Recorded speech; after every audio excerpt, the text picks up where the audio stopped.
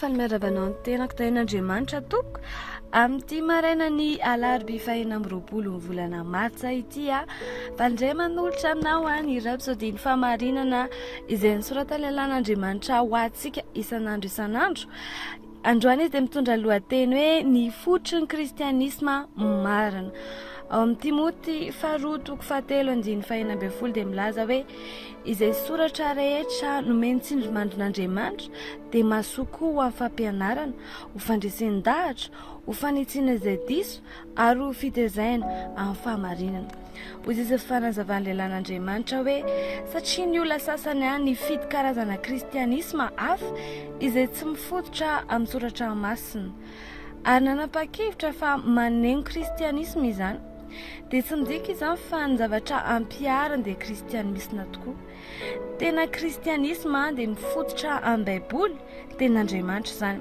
Hoy ny baiboly hoe izay soratra rehetra nomeny tsindrimandrin'Andriamanitra dia mahasoko ho amin'ny fampianarana, ho fandresen-dahatra, ho fanitsiana izay diso, ho fitaizana amin'ny fahamarinana.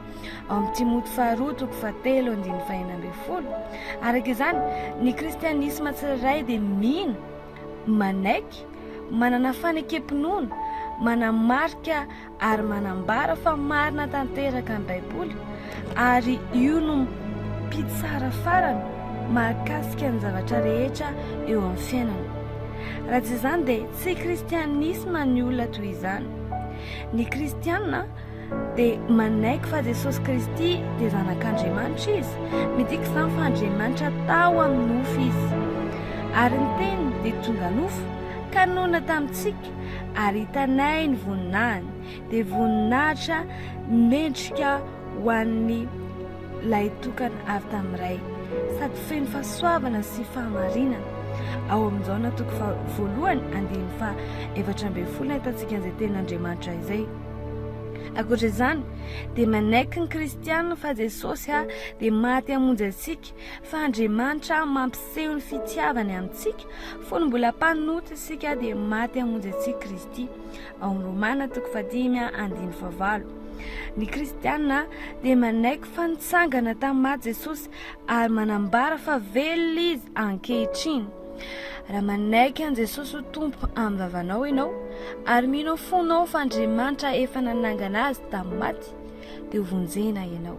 Apokalipsy 1:5-7 dia ilay velona efa maty aho nefa indro velona mandrakizay sady manana fanalahidiny fahafatesana sy fiaina tsy hita.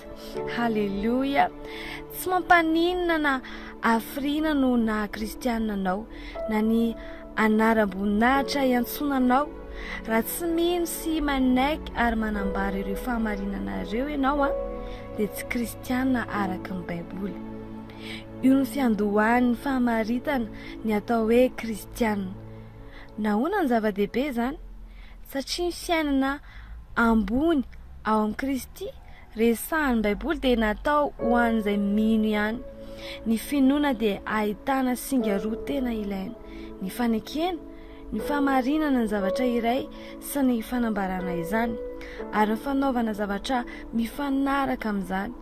Raha tsy misy ireo dia tsy mifeno ny finoana dia rain'Andriamanitra. Ny rapsodintsika androany dia mampirisika anao hoe aoka ianao kristianina manaraka ny ten'Andriamanitra, nandray an Jesosy ianao mino ny ten'Andriamanitra, mino fa nandray zavatra ianao tamin'ny ten'Andriamanitra izay nizaraina taminao androany. Amin'izao fotoan'izao ary dia manasa anao hanao an'izao vavaka izao izay ilaza dia ianao amerina an'izany ampandresen-dahatra. Ray malalo, misaotra anao aho noho ny fahazavan'ny teninao izay mamaritra sy mitarika ny fiainako. Mino, manaiky, manao fanekem-pinoana ary manambara ny fahamarinana tanteraka ao amin'ny soratra masinao. Manamafy ampasahinao fa Jesosy Kristy dia tonga nofo, maty hamonjy ahy, nitsangana tamin'ny maty izy ary ankehitriny velona ato am-poky izy. Amin'ny alalan'ny fanahy ny aina amin'ireo fahamarinana ireo aho mandeha